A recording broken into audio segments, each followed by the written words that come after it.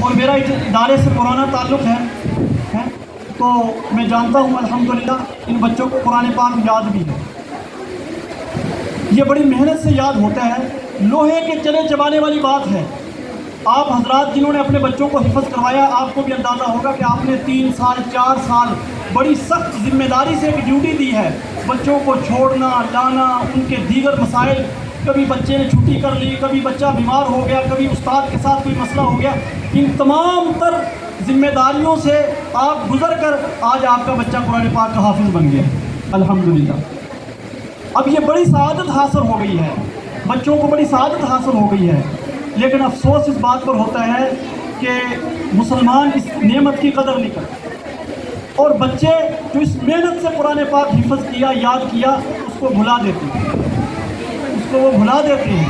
حالانکہ دیکھیں اس بات پہ غور کرنا چاہیے کہ اللہ نے ہمارا انتخاب کیا ہے. کیا جتنے انبیاء کو اللہ تعالیٰ نے نبوت عطا فرمائی ہے, کسی ایک نبی سے بھی نبوت واپس کی ہے؟ بولو بھائی, کسی ایک نبی سے. کیوں کہ اللہ تبارک و تعالیٰ نے جب ان کا انتخاب کر لیا, انہوں نے اس انتخاب کی لاج رکھی, اور انہوں نے اللہ کے دین کو اپنے سینے سے چمٹائے رکھا. اس کی خدمت ہی کو سعادت سمجھا, اس کی تبلیغ ہی کو سعادت سمجھا, اس پر عمل ہی کو سعادت سمجھا. کیا کوئی یہ کہہ سکتا ہے کہ جی ان انبیاء علیہم السلام کی تو فیکٹریاں چلتی تھی, ان کے تو بڑے بڑے کارخانے چلتے تھے, ان کی تو دودھ اور شہد کی نہریں بہتی تھی, اگر وہ سارا دن بیٹھ کر جو ہے قرآن شریف پڑھتے رہے اور قرآن ہی کے دین ہی کی خدمت میں لگے رہے تو یہ ان کا کیا کمال ہے؟ کوئی کہہ سکتا ہے یہ بھائی؟ کوئی کہہ سکتا ہے؟ کیا صحابہ میں سے ایسے تھے؟ دیکھیں ہمارے نبی پاک صلی اللہ علیہ وسلم کی زندگی ہمارے سامنے ہے.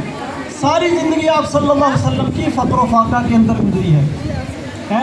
وقت نہیں ہے کہ یہاں لمبا بیان کیا جائے, لیکن احادیث کے اندر موجود ہے کہ حضرت ابوبکر صدیق رضی اللہ تعالیٰ عنہ دوپہر کے وقت مسجد نبوی شریف کے اندر آ کر بیٹھ گئے, تو تھوڑی دیر کے بعد حضرت عمر رضی اللہ تعالیٰ عنہ بھی تشریف لے آئے. تو حضرت عمر نے حضرت ابوبکر صدیق سے پوچھا کہ آپ اس وقت مسجد میں کیسے تشریف لے آئے؟ کہا بھوک نے پریشان کیا ہے, کئی دنوں سے کچھ کھایا نہیں ہے, بھوک نے تنگ کیا ہے, تو گھر سے اٹھ کر مسجد میں آ کر بیٹھ گیا ہوں. تو انہوں نے کہا مجھے بھی بھوک نے تنگ کیا ہے, میں جو مسجد میں آیا ہوں تو مجھے بھی کس نے تنگ کیا ہے؟ بھوک نے تنگ کیا ہے, اس لیے میں بھی مسجد میں آ کر بیٹھ گیا ہوں. تھوڑی دیر کے بعد ہم سب کے آقا آپ صلی اللہ علیہ وسلم بھی وہیں تشریف لے آئے ہیں. ان دونوں اپنے جان نثاروں کو بیٹھے ہوئے دیکھا, کہا کیا بات ہے؟ تو انہوں نے عرض کیا اے اللہ کے رسول, بھوک نے تنگ کر دیا, بھوک نے پریشان کیا, تو ہم مسجد میں آ کر بیٹھ گئے. تو آپ صلی اللہ علیہ وسلم نے فرمایا مجھے بھی بھوک نے پریشان کیا ہے, مجھے بھی پریشان کیا ہے, اس لیے میں بھی آ گیا ہوں. اچھا چلو ہم سب جو ہیں وہ حضرت ابو ایوب انصاری رضی اللہ تعالیٰ عنہ کے گھر چلتے ہیں. وہاں تشریف لے گئے, وہ گھر موجود نہیں تھے. ان کی اہلیہ نے بڑی خوشی کا اظہار کیا کہ دنیا کے سب سے معزز مہمان آج میرے گھر میں آئے ہیں. کہا آپ تشریف رکھیں. ابھی ابو ایوب انصاری تشریف لے آتے ہیں. وہ تھوڑی دیر میں تشریف لے آئے, فوراً اپنے باغ میں سے ایک بڑا گوشہ کھجوروں کا توڑا اور لا کر ان حضرات کے سامنے پیش کر دیا. آپ صلی اللہ علیہ وسلم نے فرمایا کہ ابو ایوب تو آپ پکی کھجوریں توڑ لیتے, آپ نے یہ کچی کھجوریں بھی توڑ لی. تو انہوں نے کیا کہا؟ انہوں نے کہا جی اس خوشے میں پکی بھی ہیں, کچی بھی ہیں, ادھ پکی اور ادھ کچی بھی ہیں. میں نے کہا ساری سامنے ہو جائیں تاکہ جو پسند ہو وہ نوش فرما لیں.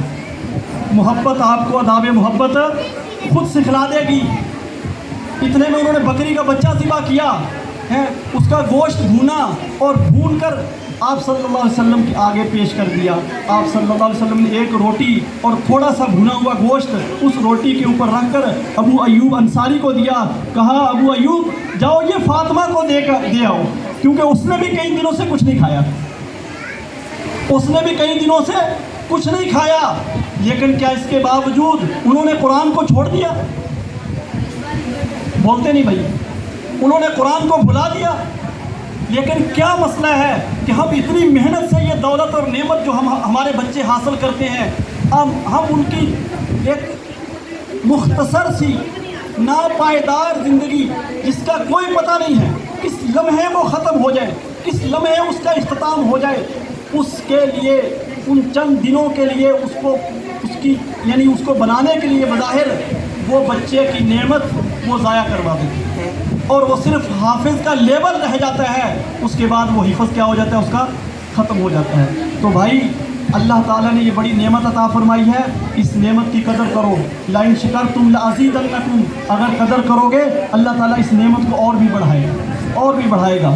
اور ہمیں اس بات پر بھی شکر ادا کرنا چاہیے کہ اللہ تعالیٰ نے ہمارے اس علاقے میں یہ ایسا الحمدللہ ایک شعبہ حفظ کا معیاری ادارہ قائم ہو گیا، اس کے اندر ہمارے بچے قرآن پاک حفظ کر رہے ہیں۔ ابھی قاری صاحب جو ہے نا بڑی ترغیب دے رہے تھے بڑوں کے حفظ کرنے کی، انہوں نے سیمپل بھی نمونہ بھی پیش کیا ہے، تو میرا دل میں آ رہا تھا، میں نے کہا یہ نہ ہو کہ لوگ اپنے بچوں کو چھوڑ کے وہ بھی حفظ کرنا شروع کر دیں، کیوں جی حافظ نعیم صاحب یہ یاد کرنا شروع کر دیں، تو یہ بڑی سعادت کی بات ہے۔ میں نے بھی ایک صاحب کو جو ہے نا وہ ہمارے ہاں وہ تو بچے چھوٹے ہوتے ہیں تو وہ بڑے تھے، ابھی یہاں کھڑے بھی تھے، ان کو میں نے کہا جاؤ قاری صاحب سے حفظ کرو، تو یہ میں خاص طور پہ ان کو سنا رہا ہوں بات، ابھی مجھے نظر نہیں آ رہے وہ کہاں ہیں، ہاتھ کھڑا کریں کہاں ہیں، یہ بیٹھے آپ کے لیے خوشخبری، انہوں نے قرآن پاک ابھی حفظ کرنا شروع کیا، ان کی عمر دیکھیں کتنی ہے۔ اچھا اگر ایک بندے نے قرآن، یہ آخری بات عرض کر رہا ہوں، اگر ایک بندے نے قرآن پاک حفظ کرنا شروع کیا جیسے ان بھائی نے کیا ہے شروع کرنا، اور قرآن پاک حفظ نہیں ہوا، ابھی قاعدہ پڑھا تھا، 1 سپارہ پڑھا، 2 سپارہ پڑھا، اس کی موت آ گئی تو حافظوں میں سے اٹھے گا۔ اچھا وہ کیسے حافظوں میں اٹھے گا؟ وہ کیسے اٹھے گا؟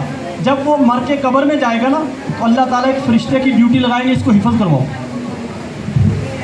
اللہ تعالیٰ ایک فرشتے کی ڈیوٹی لگائیں گے کہ یہ بندہ قرآن پاک حفظ کر رہا تھا، اس کا ابھی حفظ نہیں ہوا، ادھورا تھا، تو اس کا وقت پورا ہو گیا ہے، لہذا اس کی فرشتے کی ڈیوٹی لگائیں گے، وہ اس کو قرآن پاک حفظ کروائے گا، اور پھر کل قیامت کے دن وہ حافظوں ہی میں سے اٹھے گا۔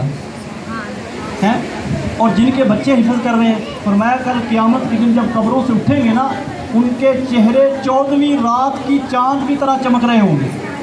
جن لوگوں کے بچے حفظ کر رہے ہیں حافظ بنیں گے، اس کو یاد رکھیں گے، اس پر عمل کریں گے، اس کے حلال کو حلال، حرام کو حرام سمجھیں گے، تو ان کے والدین جب قبروں سے اٹھیں گے تو ان کے چہرے ایسے چمک رہے ہوں گے جیسے 14ویں کا چاند چمک رہا ہے۔ اس لیے بھائی یہ بہت بڑی سعادت ہے، ہمیں اس نعمت کی، اس دولت کی ہے جو قدر کرنی چاہیے، اور ہمیں آگے بھی ان بچوں کو جو ہے وہ ایسا انتظام کرنا چاہیے کہ ان کا حفظ جو ہے وہ محفوظ رہے اور یہ حافظ بھی بنے، عالم بھی بنے۔ اللہ تبارک و تعالیٰ ہمیں اس کی توفیق عطا فرمائے۔ وآخر دعوانا الحمدللہ رب العالمین۔ یہ آیت میں نے پڑھی تھی وہ بیچ میں رہ گئی، اس میں اللہ تبارک و تعالیٰ نے ارشاد فرمایا آپ صلی اللہ علیہ وسلم کو کہ ہم نے آپ کو 7 آیتیں یعنی جو ہے وہ سورۃ فاتحہ اور پورا قرآن پاک دیا ہے، یہ بہت بڑی دولت ہے۔ جب آپ کو ہم نے یہ دے دی لا تمدن عینیک، تو اب آپ ان چیزوں کی طرف جو ہم نے دنیا کے لوگوں کو دے رکھی ہیں اس کی طرف آنکھ اٹھا کر بھی نہ دیکھیں، اس لیے کہ یہ قرآن کی نعمت اور دولت یہ سب سے بڑی نعمت اور دولت ہے۔ اللہ تبارک و تعالیٰ ہمیں اس کی قدر کرنے کی توفیق عطا فرمائے۔ وآخر دعوانا الحمدللہ رب العالمین۔